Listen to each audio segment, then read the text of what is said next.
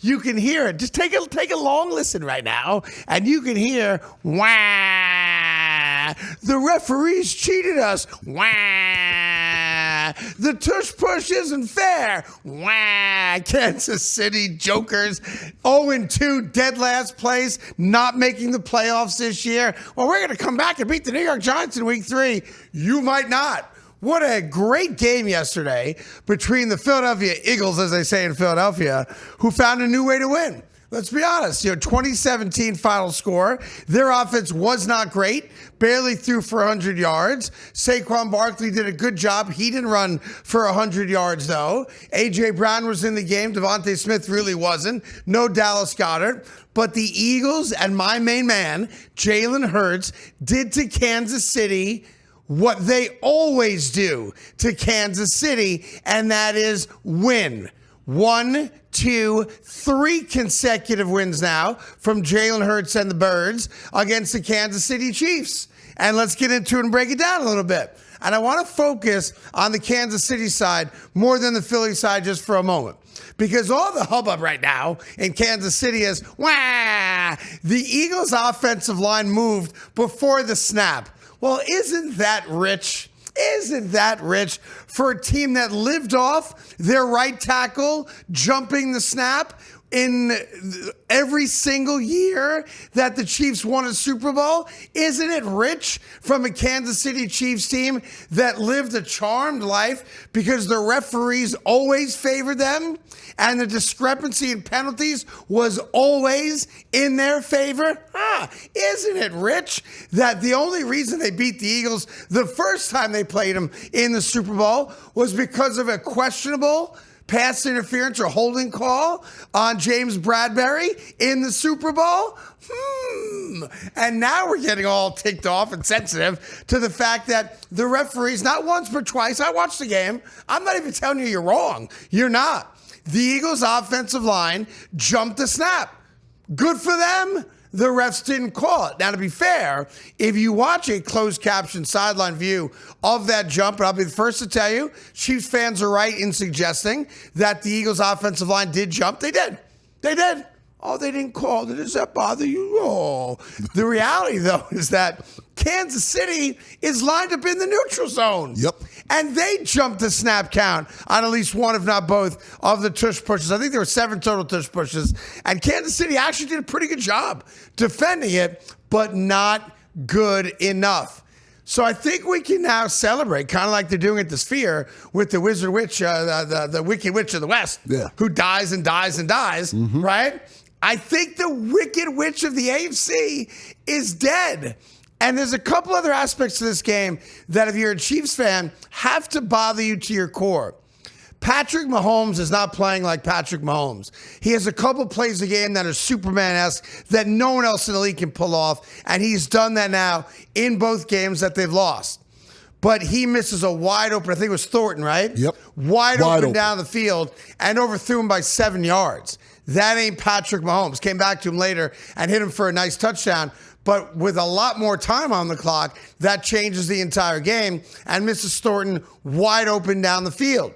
Kelce had one nice catch, little shoestring catch, gained like 15 yards on it. Bad pass from Mahomes. But when he threw the same exact pass late in the fourth quarter, Travis Kelce couldn't catch the ball. And here's the problem now with Travis Kelce. Travis Kelce had 4 catches on 6 targets for about 60 yards yesterday. That ain't great. That ain't Hall of Fame worthy.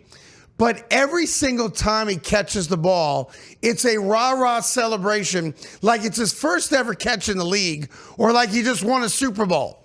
And on the shoestring catch, which was huge on that drive for them, Travis Kelce started doing the big ball celebration, all right? And he was celebrating so much, they had to take him off the field. Yep. It happened in Brazil in week 1, where he celebrated and celebrated and celebrated, and then was not on the field for the 2-point conversion after his lone touchdown. And it happened again yesterday. Big ball celebration. He then missed the next 3 plays because he was winded from celebrating. And then, of course, comes the turning point of the game. Patrick Mahomes throws a dime. They've completed this pass 1,000 times. And Travis Kelce, whose mind clearly is not on being a great tight end. I get it. You're in love. You're getting married. She's a big star. He drops a guaranteed touchdown pass, which again changes the outcome of the game.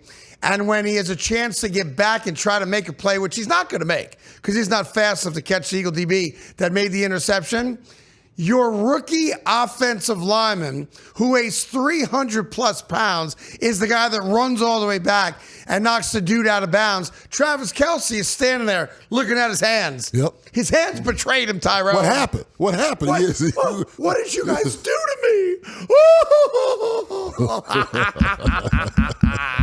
Oh, it's so fantastic. I want to be clear.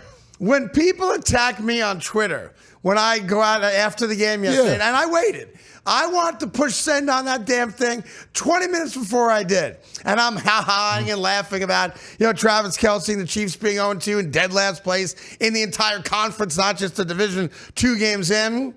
When people attack me, this is the typical attack. I get one of two things. The first one is, oh, yeah, your Jets suck. Yeah. Yeah, okay. Yes, they do. I own it. I root for one of the worst franchises in the history of pro sports. If you think you're hurting me or you're bothering my feelings by telling me something, A, I already know, and B, I happen to agree with, I don't lose an ounce of sleep when I get those tweets. That's right. Then I get a couple people who make fun of me going to prison and all that. That's tough. Sometimes that hurts. Sometimes. It's a cold shot. That's a cold shot. That's a cold shot. I have to be honest. That hurts. But you're just lashing out at a truth teller. That's all you're doing. I don't make crap up. I'm just here to tell you the truth. And the truth is, no matter how you want to slice it, no matter how you want to now tell me, well, they're going to beat the Giants, I'm not sure they will. The Giants played the most entertaining game of the day yesterday, albeit in a loss, gave up a 64-yard field goal to go into overtime. I mean, what are you supposed to do there, right? You just got to kind of bow down to what's his name? Cowboys kicker. Brandon Aubrey, former soccer player. I don't learn kicker names. Who's now the best kicker in football, and it ain't even close. He is. There's no guarantee the Chiefs, beat the New York Giants. I think they will. But the way they're playing, their offense isn't very good. Defensively, you can throw against them, and don't get confused by the stats from yesterday. The quarterback with the best stats yesterday was Russell Wilson. So can Russell Wilson and the Giants go into Arrowhead and lay a 30 burger on them? Why the heck not? And wouldn't that be even better? Go to 0-3. Because then you'll see the real Chiefs fans. Then you'll see Kansas City fans going back to the real people they are, which are very nice Midwestern people who love their barbecue and tolerate their football team. But I think we can now say it. I think we can enjoy it. Ding, dong, the witch is dead. The wicked witch is dead. See, I root against those types of dominant performances from a franchise.